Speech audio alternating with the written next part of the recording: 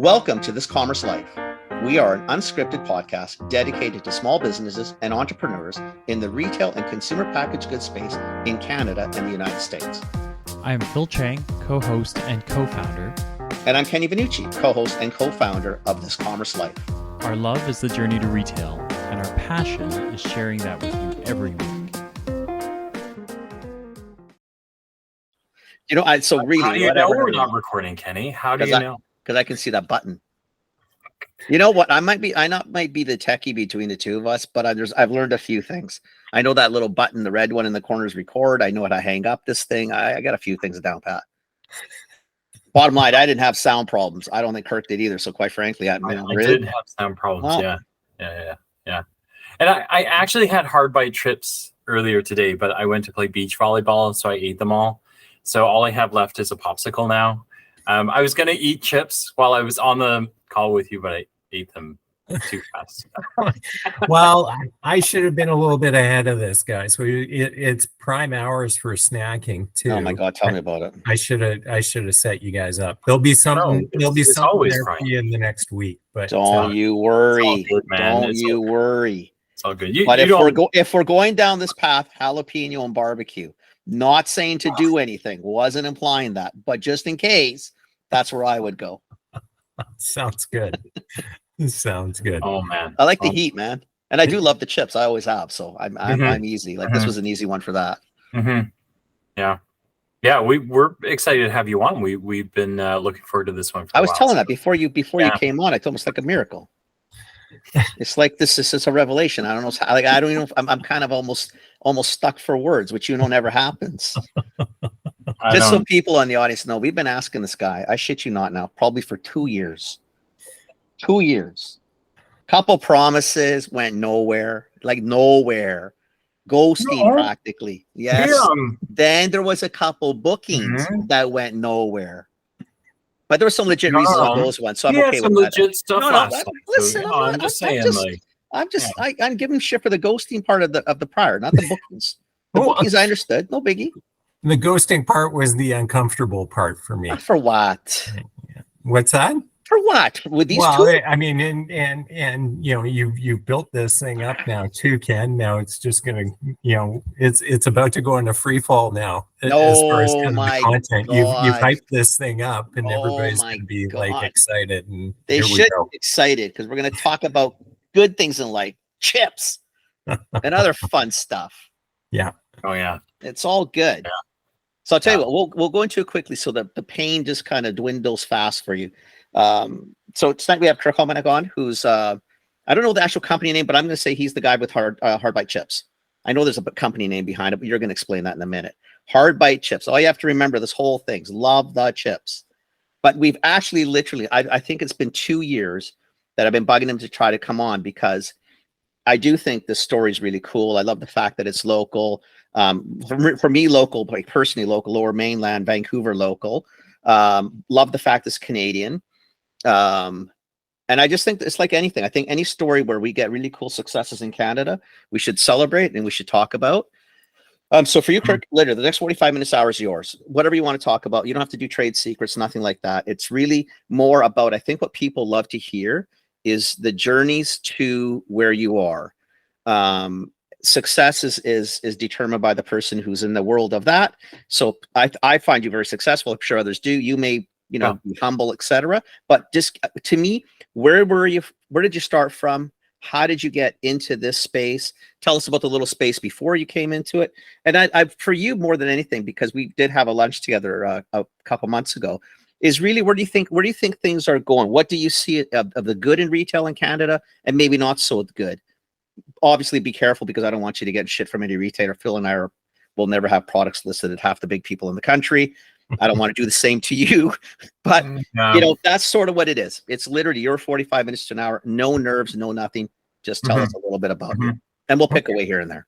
Yeah. Okay. Yeah. Well, I mean, that was a lot bundled up there right off the hop. That was like multi-tiered. You could have broke that down a bit for me, but we'll never remember what I said anyway. Don't worry about it.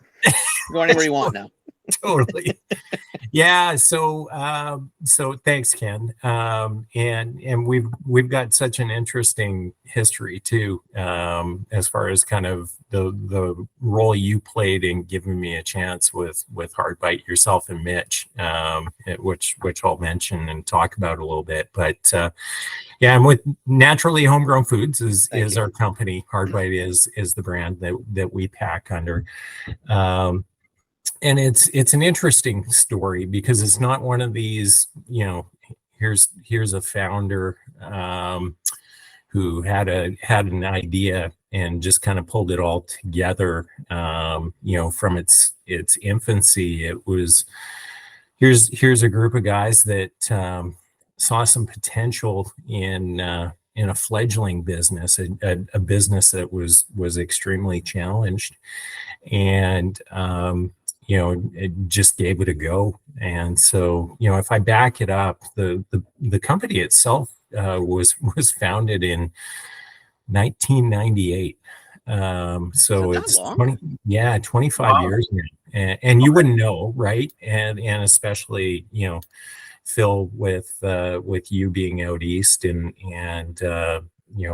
some of your listeners as well too, based out east. It's the business has really grown over the last number of years out east and become a bit more national. But it was 98. Ken, if you remember Nally's left town, and had, as I understand, a really good economic incentive to move the plant into Oregon. And so they left town, and they left behind some people with some know-how. And so that's kind of how Naturally Homegrown Food started, was a couple ex-employees who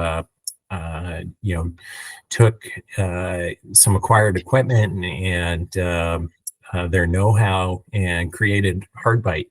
And Hard Bite was kind of founded on an all-natural platform versus kind of using conventional and GMO ingredients, and so that was the start of it.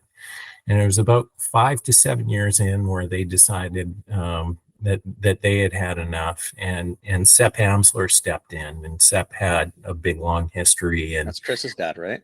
Yeah, that's right. Yeah, and Sepp owned Sepp's Fine Foods. It was a large deli commissary company, and when he exited that, he looked at this as kind of his retirement project. And I think the timing of him getting involved in certain shifts in the marketplace, both on the financial and the just consumer market, challenged him quite a bit. He did have some wins, and he appeared on Dragon's Den. So from time to time, people kind of ask about him. But he sold out to our group in 2011, the fall of 2011. Okay. Yeah, and so the business was at that stage because he had decided he wasn't going to put any more money into it, and he had really backed off for health reasons. And so the company itself was really on life support. It was kind of niche, very regional, very lower mainland. In fact, looking at it, the island didn't have. I don't even think the interior had it. Yeah, and so. But the product idea, the concept, some of the elements of it made an awful lot of sense. And so we looked at it, and there was a great opportunity to refresh the brand and really get behind it. And I guess I had some energy where I was ready to go out and attack the marketplace with it. My background is I came from fresh produce, BC Hot House for a number of years, and even did a stint for about 4 years in functional food ingredients too. So I've always been around food. My family was a 2-generation soft drink bottler in Saskatoon, and so I had this, I guess you call it an entrepreneurial scratch that I wanted to itch. and this thing kind of came up with a couple of partners, and we kind of ran with it. But where it comes full circle with you, Ken, is, as I remember in the early days, as SEP was transitioning the ownership over, the number 3 customer at the time was London Drugs, and he called to book an appointment to introduce me and hand things off, and the comment was, "You guys have stunk performance wise. There's no need for a meeting. You're out." And at the time, you guys were our number 3, and I was like, "What have I got myself Wow, what the hell did you do, right?" But you know what? There was truth behind that, and the brand had been going through one of these things, the situations where it was the highest priced product on the marketplace. The promotional spend had really backed off, so there wasn't trial, and things had just hit a wall with the brand. And Right. so it took a couple of years, but and I'm forever grateful. And I still remember the meeting when I came back in 2 years later, after we had refreshed the brand and we had shown a little bit of success in the marketplace in the early days, that you and Mitch gave us a chance, and you brought us back in. And so, it's things like that I always remember, as far as kind of this journey that we've been on. So hopefully local supports local is what you always hope. Yeah. So let me ask you one quick thing before you too much further, and it's straight curiosity, right?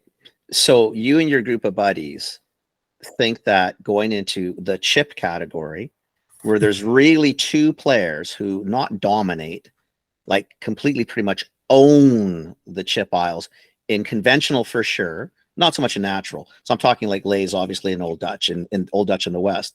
I mean, I'm dying to know, what did you see as really the opportunity, because this is a bitch of a set to get into, and your dating's not great. Do you know what I mean? Like shelf, and that's why it's still DSD to large part on those guys. I think you guys and a few others have gone warehouse, but it's a shitty gig on the good day, right? It's a hard gig, right? It's because you're really competing against 2 behemoths. Yeah. So what was the allure? Well, a couple of things. I think that around that time, the buy local was really a big thing. Right. And so first and foremost, you kind of looked at it and you thought, boy, there's nothing regionally here in the West that the West owns. Both of those 2 brands that you mentioned are headquartered in Plano, Texas, and Minnesota. Right. Yeah. And there's, obviously the one out of Minnesota, because the roots of it, having been in Calgary and Winnipeg, have sort of the Western brand, local, and there is local production as well. But we really looked at wanting to take something that was, almost like emulating at the time. Craft brewing was coming back up again. Right. It was going through its second wave, and we kind of thought we could be a craft snack and kind of own a regional market. But then, when you segment it down and you look at the natural space, a lot of times when we look at category data, we look at the big K as our main competitor. For sure.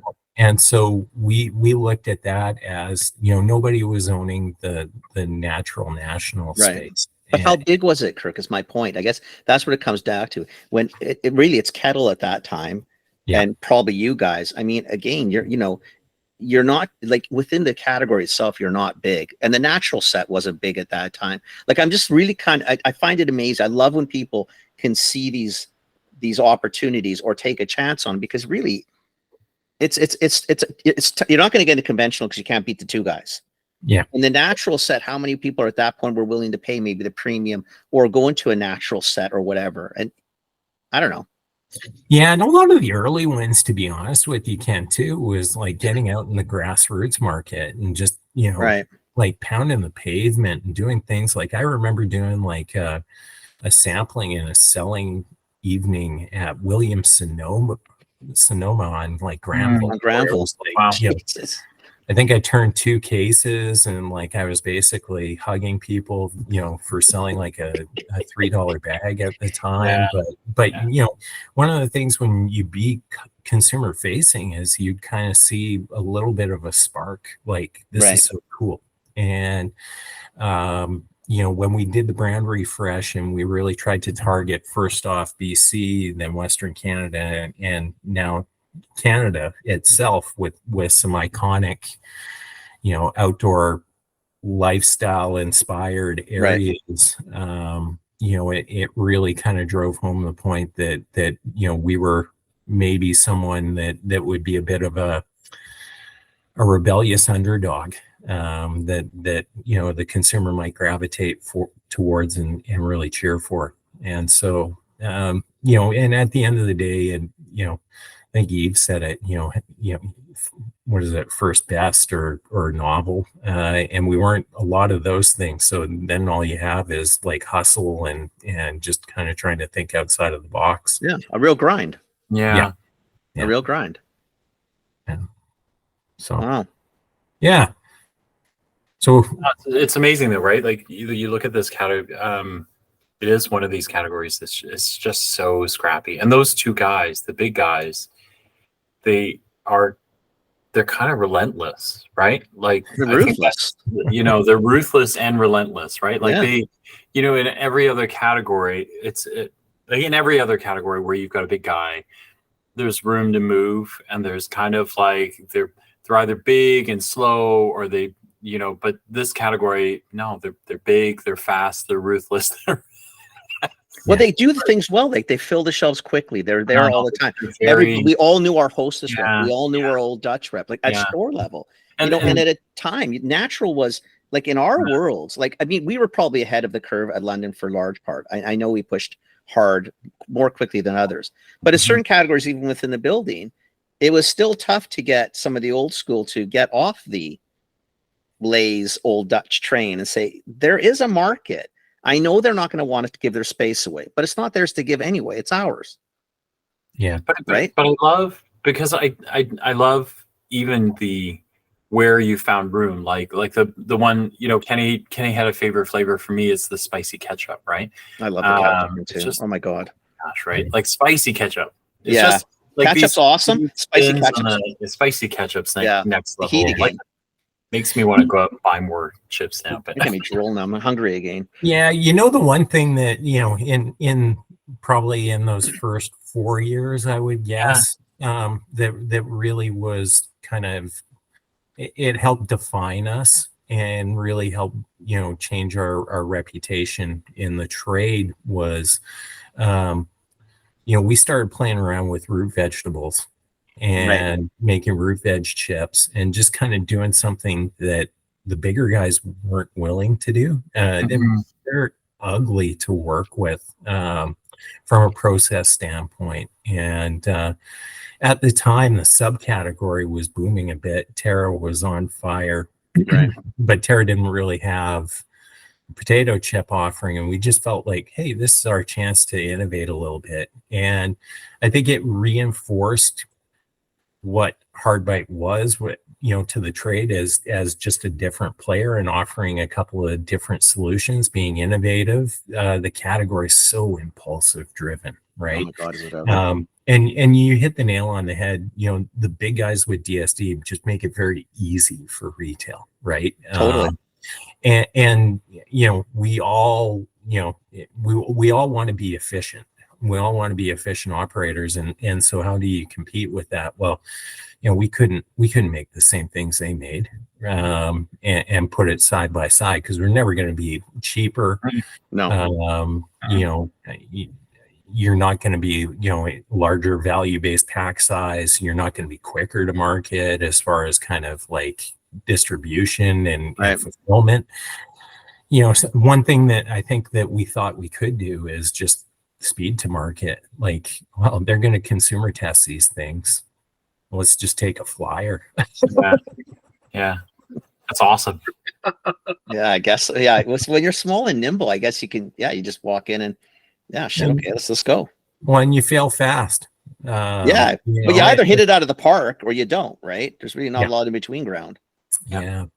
So that was fairly defining for us, and I remember a time too where, we had some fun with parsnip originally, and we picked parsnip because it was the easiest one to work with. That was the only reason. But we put it out there, and we got some love from a couple of really big customers, one from the US and one from Canada, and like demand just shot through the roof. And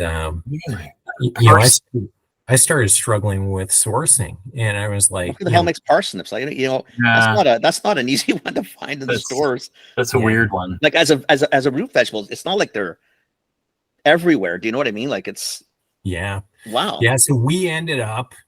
I found out the hard way that our demand exceeded the supply in North America, and we ended up, and it was through a buddy of mine. We started pulling over containers of parsnips from the UK and Spain, and we were like globally sourcing. We're potato, like we're a rounding error, right? Like exactly. Parsnips, you were the man. Yeah. You're like the world trader for. You got these guys in Spain thinking, "Who the hell is this guy?" So those were some interesting days, because I remember it felt like our pants were on fire. We were just running around trying to get things done. But where it all kind of ties back to is the innovation side, and trying to be a bit more swift and speedier to market on a couple of crazy ideas, because we didn't need a defined market out there. We just wanted to try some things. So again, there was a couple of really solid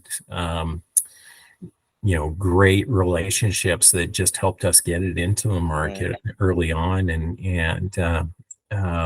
it kind of catapulted us. And so from there we realized, okay, flavor innovation with the regular stuff's going to be really important. Changing flavors periodically because people don't get bored and tired and yada yada yada.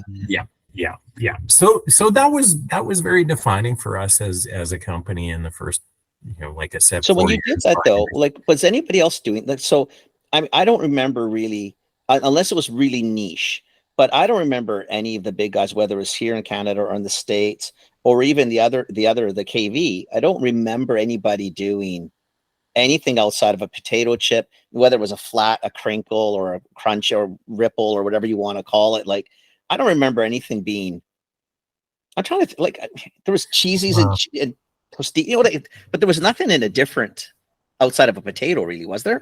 Corn. Well, there was Terra. There was Terra. But Terra was pretty. Was fairly niche, like very health food story, no? Yeah, a little bit, I guess. And remember. There was some stuff from Europe. Kettle took a little bit of a run at it, but they kind of got out of it pretty quick. And I don't even think they came to Canada with it. So yeah, but Terra was great because they had created a bit of a buzz with it. So it wasn't like we were like, it wasn't white space. We invented the parsnip chip, right? But you sure owned it. Yeah, we tried. So yeah. Yeah. So gosh, I don't know. Where do you go from there? It helped us really get a foothold into some national retailers, I think. We definitely increased our reach nationally. We actually had a couple of rotations with Root Veg into the club channel, which was kind of interesting back then.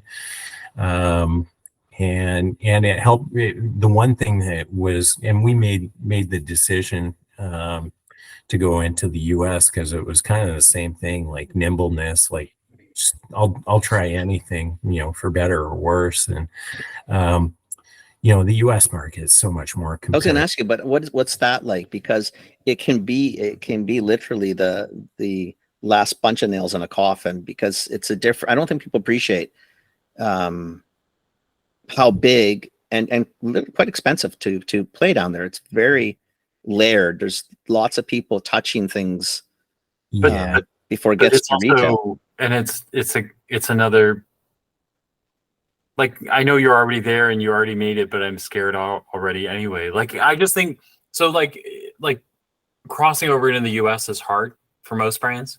And then for this category, it's like I don't know. Salty snack is massive. But it's like this crazy wild smorgasbord of flavors, right? Like, they don't do anything the same. Every region is completely different in the way people taste things. Like, they have weird chili flavored chips in one place. They got bacon and ranch in another, and like buffalo wing flavored. Do you know what I mean? Like, yeah. I think even in terms of innovation, we have some rules, I feel like. Well, we've got salt and vinegar ketchup around flavors, but they don't have rules. There's no rules down there, but the problem with the regions, like if you're struggling with parsnips, for example, as a key ingredient in a country of, let's say, 35 million at the time, you go to a state, the one a couple south of us, that's 3 of them in our province, and they've got 40 million people at the time. Yeah. Like, if you have a problem supplying the Canadian market, how do you supply California? Yeah. And what's gosh, I know, but that's kind of the thing. I gotta go. Guys, I'm out. but you've done it, and you've done it well. Like, it's because to Phil's point, like, if you look at, I mean, now you can always look back and laugh, but when you really sit down, if someone had put it on paper, it really drawn it out, you probably would have scared the shit out of everybody. You guys would have thought, okay, we can't do this. This is insanity. Yeah, well, yes and no. I mean, shoot, Ken, I don't feel like we're there. I mean, we still, I still stay up at night, right, worrying about certain things, and that's just built into the psyche, though, of people, right? The grind is grind's a grind. The day to day is still that's there, always there. You don't feel like you're there. You feel like But maybe that's good. Yeah. So maybe that's how you keep pushing, right? And certainly in the U.S. market too, it's never over because there's more brands. To your point, Phil, the flavor profiles are different, and we've had our challenges definitely on the potato side with that. Root Veg gave us a foothold in because when you're competing with 5 or 6 healthy chip brands down there, healthier chip brands down there, it was like, well, none of them have that, so we're going to take the beet chips or a carrot chip or a parsnip chip again, like you can play in a pocket. Yeah. So it gave us a chance with some of the retailers down there, which was great, and just helped us kind of push a little bit into that space. But I mean, shoot, we even struggled with chip. You struggle with it just going across Canada. The Eastern and Atlantic consumer is different than the Western consumer, right? Well, Quebec's different than the Maritimes, and Quebec's different than Ontario, and Ontario's different than Prairies, and BC is like Quebec in a lot of ways. We're both on the fringes of whatever we do. Yeah, for sure. I guess you never think of it that way. And then we got a small country on top of that with too much differentiation in a small place. Yeah, I guess that's complexity too, right? Yeah. Seriously, he's not going to be able to sleep tonight. Like, now he doesn't sleep anyway. Don't worry about it. It's not. We haven't caused anything any more or less. No, the poor guy. Maybe he was on his way to having a nice. He hasn't slept in years. Don't worry about it. He's fine. He talks to us. We just reinforce every paranoia he has. Yeah, but he's doing it. Nah, come on. It's funny though. It's funny though because in the early days, the struggles and the challenges you had, and I'd speak to a mentor and about, geez, I can't believe I'm losing sleep over this one purchase order that's for like $5,500. Like, this is ridiculous that I'm losing sleep over this. And it's like, to the scale of the business, is just as important as absolutely $5 million issue you had with the last place you were, right? And Yeah, the scale might change a little bit, but in this case, and you guys are talking with a lot of companies and people who are trying to build businesses, and you've got certainly a few that are there or have exited and can talk about that success story. Well, it doesn't feel like, it still feels like this nonlinear line that, yes, we've grown as a company, but boy, there's still a lot of work to do with it. So yeah, I think that's where it comes from. So if someone's listening and started, because you guys have been at this as a collective for 12 years now. Yeah. Right. Since 11, so what are some of the challenges that have finally dissipated? And then what are the ones you just can't seem to let go of? Like, what is causing you still the no sleep? Like, what is, I'm assuming now I'm assuming supply chain in the last couple of years has been interesting. Mm-hmm. Some places gotten better, some places not, maybe logistics, but like, what is it now that's driving you? Well, I think you always worry about people when you're scaling a business. And for us too, one of the things that we haven't really talked about that's been very important about kind of the story behind Hardbite is we own our own manufacturing. And so, a lot of times, certainly with US brands, and not necessarily Salty Snack, but you've been down to Expo, right. You guys know, yep. A lot of those brands will go off of a co-manufacturing model. And I think for two very important reasons, we've gone opposite that, and we've owned our production and our capacity. And it's for control of your brand and your quality first right. and foremost, and having the peace of mind of knowing what the contents of your package is, and you've had something to do with that.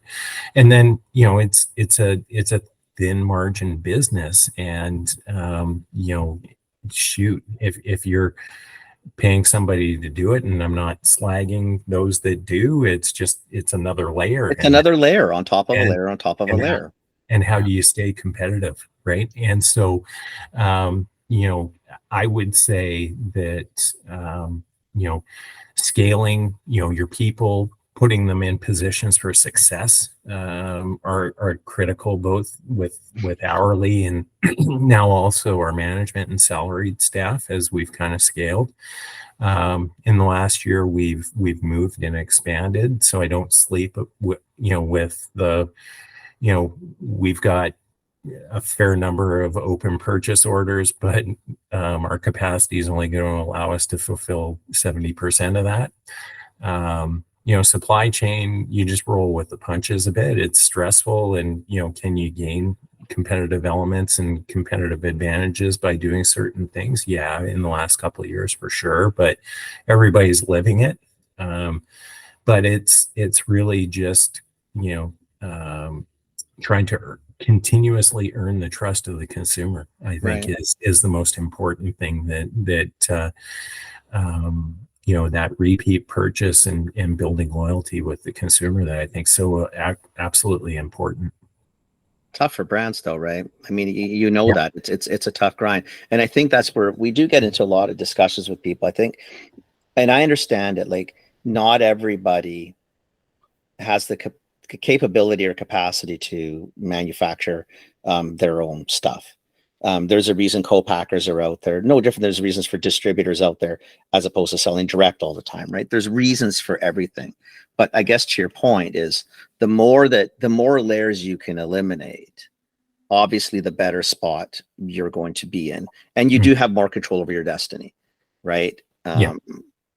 If somebody gets sick in your co-packer, there's really not much you can do. In your building, you could do it. If that means that you and a couple of the guys have to hit the floor, well, that's life in the big city, right? That's I guess what you do.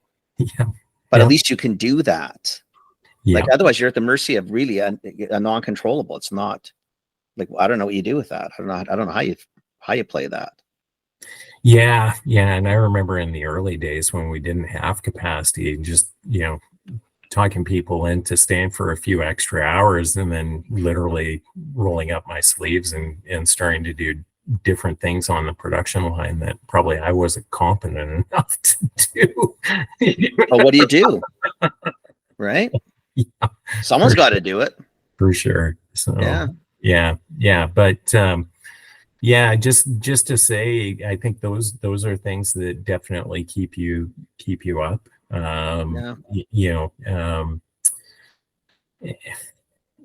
Gosh, I guess supply chain's always a bit of an issue. Certainly in the last couple years, it's been more than normal, I guess. But where it's so interesting is, and boy, all your input costs rising up, and just that anxiety of having to raise your own price and doing what you can to kind of keep your costing in line where you can, and control your controllables too, and trying to be, we say, control what you can, and let's be efficient and let's be productive, because we can control what we can get produced, quality, yield, things like that. And so, those are probably some of the things, that still keep me up. So what are the challenges have been like? We don't have to get into specifics of anybody, and just in general, because it's a topic that we've all talked about probably ad nauseum in the last 18 to 24 months. But you can control your costs as much as you can. You can control your capacity and how you do things as much as you can, but costs go up. And when it's a real struggle to legitimately pass those through the system without having to offer your children and your wife and the house as collateral and or proof or whatever we've needed, I guess your soul, I'm sure we've sold each other's souls because there's nothing left of the ones we had, because you've had to go that route. Like, how do you what's it been like? What's it been like, and where do you think it's going? Like, is this going to get any better? Or what changes, or I don't know. Yeah, it's an interesting one for us because, okay, so what are our inputs? Well, a raw vegetable, cooking oil, seasonings, we saw, and of course, packaging. And packaging. We saw such a hyperinflation on oil seeds and that whole thing, a couple of years ago, and it's kind of, hopefully plateaued a bit. But of course, what's going on in Eastern Europe in the last few days with Russia not allowing or honoring or extending the movement of grains out of the Ukraine, that's going to have an impact on supply chain as well. So that one, you've got potato was relatively stable until the last year to 18 months, a little bit of bump up, but now you've seen growers struggling with fertilizer and fuel costs and things like that. And some of the spice and seasoning ingredients were laggards that kind of tricked out over the last little bit. What do you do? I mean, what we've tried to do is contract out on things, in a manner that ensures to our customers that there aren't going to be, short notice price increases that you can't see 6 to 12 months in advance, type of thing, as best you can. Of course, I've heard some horror stories about force majeure being played. The other issue with contracts is if you're a growth company like us, you tend to exceed what you've contracted out, and then you have to go out into the spot, back into the real world, right? Spot markets. Yeah. Now what? And or even try and find certain things that are scarce out there. If they're available, to your point, I guess. I mean, yeah. And so those things, those things, I don't know if they keep me up. Is actually those are the things that energize you a little bit, like, because it's like, okay, well, let's try and figure this out, right? And so we've tried as best we can to get ahead of some of these things where we can. We're speculating on a couple of things in the upcoming year, and maybe if you guys bring me back on a year from now, it'll be you'll come back on. What went wrong with Hard Bite. Yeah. I And highly then we had unlikely. to shut off the lights 2 months ago. But is it, look, so let me push it this way. But when these things are happening, because you're talking now, so that we can see it right now at retail. Potatoes are a problem. The jump in potatoes, whether it's been russet and or normal yellows, has been pretty amazing in the last 2 months.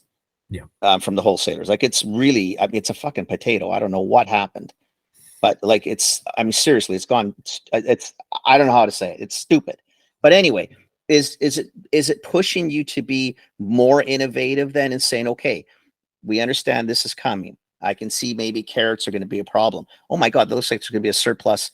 Let's say it's not parsnips. It's now going to be turnips or golden beets. Like, I don't know what it is. Like, are you hunting for those pockets where maybe you aren't, and saying, okay, I mean, you don't know trade secrets, right? But like, what does, I mean, assuming it sort of forces you to be potentially innovative?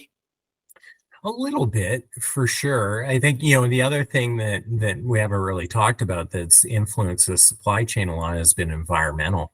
So a lot of the heat and Drought. drought that you've seen in kind of the northern hemisphere of North America over the last couple of years has definitely been impactful too. So, yeah, do you take some chances with how you're going to procure or what you're committed to? Yeah, a little bit, I suppose. With certain commodities like the oil seeds, we're along for the ride, so we can't outthink the market too much, right? Like, that's like you and I day trading stocks. Like, it's even worse. It's not I'm not going to be able to retire on something like that or make a difference. So, yeah. But the other side of it too that we're experiencing, I think you guys are seeing too, is the consumers' spending habits are changing. Are totally different, right? So the basket's shrinking a little bit. Yeah. And what are other things that are influencing the consumer? Well, value is something that is influencing their purchasing patterns. It seems like food service is an area that probably because we've all been pulled up, that the inflation in food service, we're kind of like, I don't care, I just want to eat an expensive burger for a little while at least. But I think that seems to be slowing too, though. You can see it, and it's coming. Some of the business I'm in, it's starting to slow, because we always laugh, and it's the same example. But the $32 for a plate of pasta, after a while, it's not novelty. It stings, right? But it's not that I want, and this is right. I think Phil and I have chatted about this too. Is if you can maintain truth in your brand, and you guys do actually do a very good potato chip. Period. You really do. I personally think that. I don't care. I don't need to pump you up or not. I like the chips. I think they're a fantastic chip. Period. So I would rather buy 2 bags less a week and treat myself well on the one, and probably still pocket a few pennies. Do you know what I mean? Like, I may not be able to buy 3 anymore, but I can definitely buy the one. But I'd rather do that than downgrade and buy 3 of a lesser product. And I don't think that trade, I think if one thing COVID taught them or made us all feel, I think we're still willing to have nice and value the quality proposition, and how it makes me feel is not trumped price, because it's hard right now for a lot of people and we can't discount that. But, on the treat side, I'd still rather have a better treat. Like, it's a treat. That's the purpose of it. We were actually laughing about this on a Fast Thought a little while ago, actually more than a little while ago. And I was complaining because I went out to get chips. I was picking up the kids. I still have, I have a 21-year-old, and then I have she was 16 and 15. And I was picking up her and her friends, my 2 daughters and their friends. And I went to get bags of chips, and the combos had all changed at that point. So I was upset, because the good chips were, more expensive. It was like 2 for $8, 2 for $9, right? Like you couldn't get like 3 for $9, was a much lesser chip and a much smaller bag. So we were actually joking that you and the other ones that we love, like Humble Chips, we were like joking that this is something that we keep for just me and my wife, or Kenny and Amelia. That's it. And the kids just don't get it. The cheaper ones for the kids, but I do think that I think one of the things that I think is really cool is, while people are figuring out some of this commodity stuff, I think that your flavors has been something like I'm curious, because I know you're kind of doing different things with like the parsnip and stuff like that, but like spicy dill pickle and the spicy ketchup, they are like Spicy ketchup is kind of the fun we one. can't keep them in the house, right? Like they just go, and I just think those are like, there's some just really clever flavors in here that keep you out of the realm. Like I saw your Purple Rain, and I gotta go find it because I think it's out at my Longos. So Yeah. those are hated because I show up and I ask for things that. Well, yeah, and some of that as well too with us, and innovation wise, we make a point of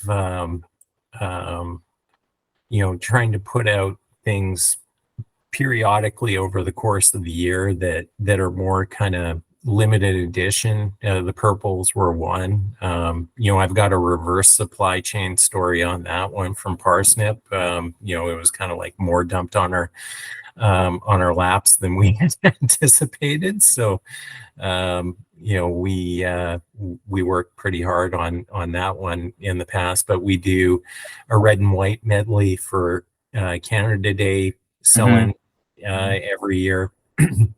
We do a fall inspired one every year.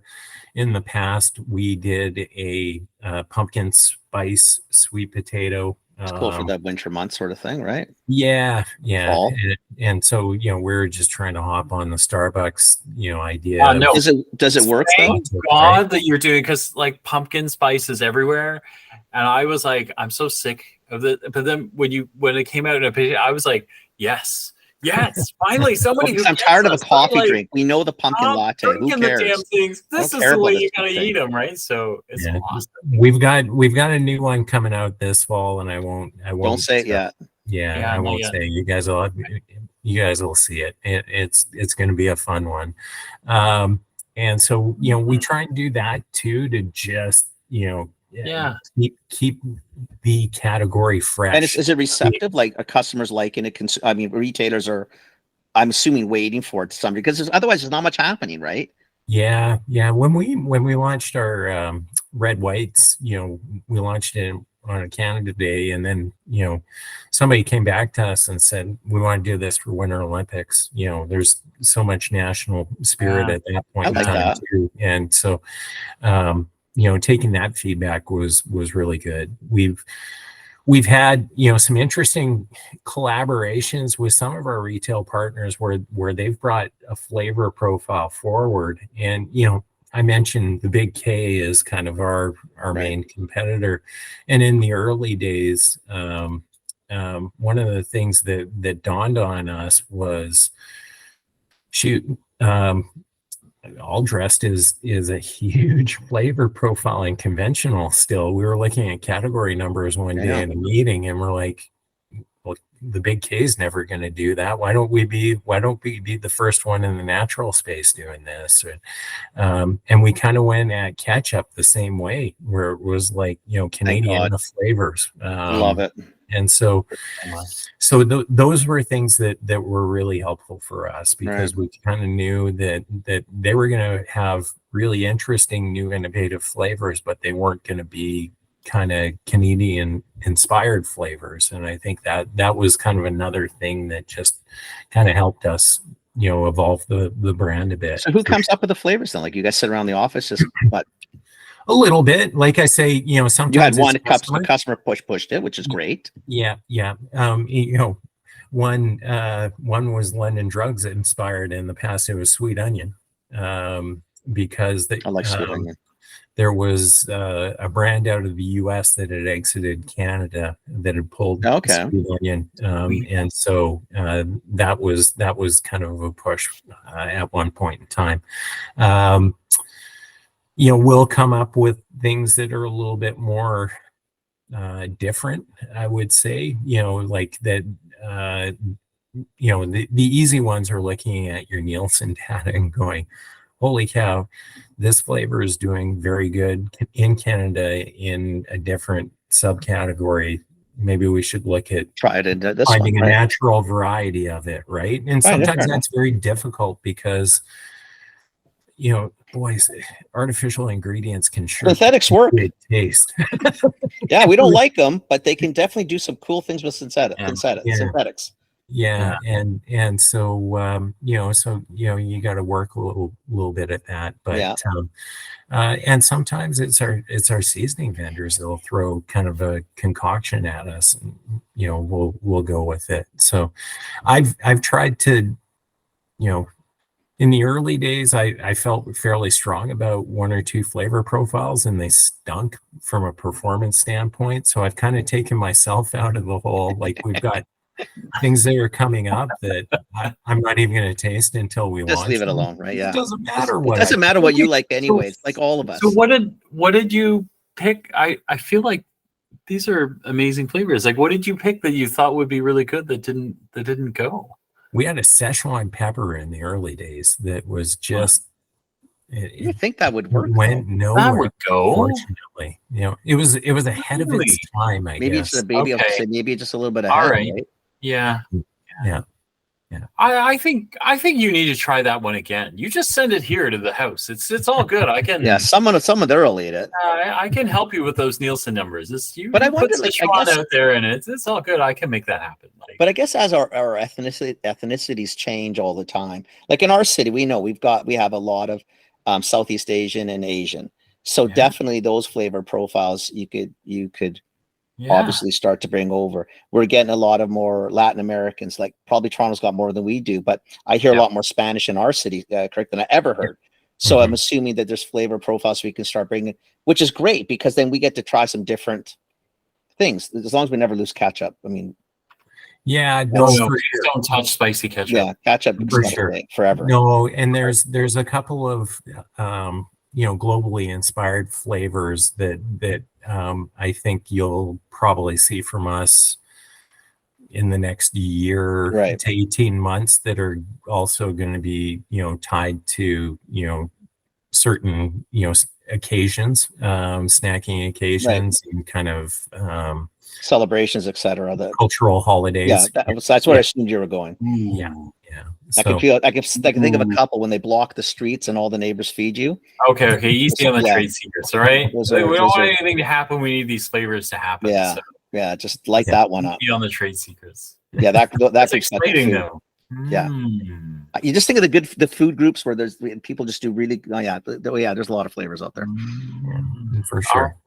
Yeah, I guess my evening of no snacking is going to go right to hell now. So anyway, I got nothing but and it's like almost 11 o'clock here, so I don't even know where I'm getting chips from. But right after this recording, I'm going out and getting chips. Right, like it's just not a. Someone will be open. Don't worry, but you'll find chips. I know. But I'm gonna have to go get some. You're in the center of the world, right? You're Toronto, so got to be something out there. Yeah, there'll be something open. Oh my God. Sure. Now I got to find spicy ketchup. Actually, maybe spicy ketchup and spicy dill. That might be spicy dill sounds good. I haven't had that one. Spicy ketchup I've had. That one's awesome. Like the normal ketchup's really good, but when you add a little heat to it, like it's like killer. So my daughter, my 17-year-old now, found you guys. So up until that point, I'd been eating you quietly on the side by myself, and then she found a bag of my avocado lime, and just wiped it out, right? Just wiped it out, right? And I was like, "What? These are my chips, right?" And then she realized, hey, these are at Longo's, right? Then so every week she would just show up with a different chip, right? And so we worked our way all the way through. Like she actually did it in the order that's on your website. So she was just like, we're gonna go through these and we'll figure out which ones are which and which are just become the fan favorites. Oh my gosh. So everyone was good. Pepper Jack was amazing. We love Pepper Jack. We love spicy ketchup, spicy dill. She doesn't like spicy dill. I like spicy dill. And then apple cider vinegar. Ay. So is she working right now? I feel like she should be a Hard Bite Global brand ambassador. Hey, actually, she works at Longo's, but yeah, she should. That's what she's learning. She's learning that her paycheck goes into chips. Yeah. She would gladly be. It's good. It's good. It's all good. I'll have her post stuff for you. It's all good. Okay, buddy. So hopefully that wasn't the most painful hour of your life. No, I hope that was relatively nice. I hope I didn't go off on too many tangents or ramble too much. No, I like it. I like the story. I just think what you guys do is really cool. We like your product. I mean, so before you even started, it's an easy one, right? Because I like the chip. I always have. It's a good chip. So, I mean, I'm glad you came on. If people want to find you, specifically you, or if they want to talk to you, or if there's ever someone who wants to pick you for advice, how do they find you? Yeah. Well, or best ways to find you. Best way to find me, I guess maybe LinkedIn. I've got a LinkedIn profile. Well, shoot, careful here, but my don't get this stuff you don't want. I have a much better. How about just info? Here's what we're gonna do. If you want to talk to Kirk, you got to go through us. Send Kenny a bag of chips, a bag of hard bite chips, or you send Phil a bag of hard bite chips, and we will send an email to Kirk requesting an audience for you. Okay. And if you hit the right flavor, the email goes faster. If you hit the wrong flavor, so sorry, it takes a little bit longer. Sure. Yeah. But I think that's super fair. I like this ring. Actually. Yeah, I'll get you guys an email if you wanted to kind of. There's always somebody there's people who did ask periodic because I think they're just intrigued by the individual, and I think there's always people looking for, especially younger, and this is like where we always come through, that are looking potentially for a little mentorship sessions where these people just want to just ask a question or two. But for the most part, if you're wanting to find the chips, hardbitechips.com. Yeah. That's right. All the flavors are there. Retailers across the country, obviously. And you, like, seriously, thank you very much for doing this. I know I bug you enough, but I really do appreciate you coming on. I'm super thankful that you did this for us. Yeah. No, it's good, Ken. And I guess the other thing I'd just say, if there are those people like you mentioned, I think I've got more stories about what not to do. We can do that on the next podcast when we talk about flavors. Then we'll tell some horror stories. Yeah. You want to scare people too quickly, right? Phil and I do that every week. We don't need you helping us on that one. No. I can just send people in a different direction than I've tried in the past, right? I appreciate that. But no, I appreciate it, guys. And Ken, again, like I said, I'm forever grateful for the chance that you and Mitch gave us, in those early probably days. Mostly Mitch. We'll give Mitch the credit for that one. Well, whoever it was, it's all good. Listen, it was the right things to do at the right times. And honestly, if we're going to learn something as this country, especially in Fluid, support local, support your country, because we can't keep running around the world trying to find stuff. We do a lot of good things here. Support the A team. Where you can. Awesome. Thanks, Kirk. Buddy. Phil, you stick around. Kirk, you have a nice evening, and thank you again. I really appreciate it. Seriously. Okay. Thanks, guys. Nice. Have a great night. Bye. Thanks, you too. Cool. I mean, it's just cool. I all I gotta say is, this is, I'm constantly amazed at the people who swim upstream to do amazing things. And this is like dive into water they can't see. It's like rocks underneath. And yet you still do it. God bless you, man. One of those ones, right? Like, you just go, how hard is it? Really hard. Is it hard to just make a good chip? Yes. It's really hard to make a good chip. Is it really hard to sell a good chip? Yes. It's really hard to sell a good chip. Is it hard to compete? Yes. It's incredibly hard to compete. Oh, and by the way, there are 18,000 flavors. There's 18,000 different profiles. They're I know. So, but then you think, well, what the hell are you doing? Like you couldn't have found an easier path. This one's really, like, of all the categories, this one is the one that I think I just keep looking at, and I look at the people that jump into this category and go, why? I don't get it. Like, how many ways, just when you think we figured out all the ways that we could do a potato, these guys, like, look at what they're doing with flavors. Like, it's just... But if you're listening, like, just do me a favor. Forget the natural set, which is always 6 miles from the normal set. Walk the normal set of any of the majors, and you tell me how many brands you see in there. And I don't mean specifically like Tostitos and Cheetos. Look behind the package. You tell me the 3 manufacturers, and I'll give you House. Who's the 2 left? Yeah. Yeah, it's a really tough these guys set. They keep wedging things open, and they just find spots, and, like, you know, seriously, right? So those things, like, you know, all the things I mentioned didn't include the 2 guys who just crushed this category, right? And they just, like, I just have such an appreciation, because I keep looking at this, and I just don't like, he's such a cool. To me, like, they're the retail sort. Right? They're sort of like the retail product heroes, and yet he's so freaking humble. He doesn't think it's a big deal. It's a big deal. It's a tough category. Like, of all the categories, this is the one. Like, salty snack as an overall category is tough. Think chips is brutally tough. There's 2, like this one, and then I think cosmetics I would rank up there too. It's another one. So between those 2, but I just thought that was amazing. I was so glad that we finally met him. And I'm glad he finally came on. I that was the one I've been looking forward to this one for a long time. Like, really and truly, I bet. So I have to go get chips. I know, I'm so hungry right now. You know, you know what? I played beach, so I've got some room in my calories and stuff. So I did nothing. I got no room. But you know what I'm gonna do? I think maybe I'll take a walk down to Superstore or Save On. Like, seriously, we gotta stop doing no more nighttime podcasts. That's it. This is a problem. I got spicy ketchup. We actually we're doing pretty good at that. We're doing pretty good at not doing nighttime ones. But this one was like, Kirk said he can come on at this time. Screw it. Whatever. I'm going down to Superstore. I'm going to go buy some spicy ketchup. So I'm finished with you. I got to go. Okay. Thanks for listening. Thanks for listening, everybody.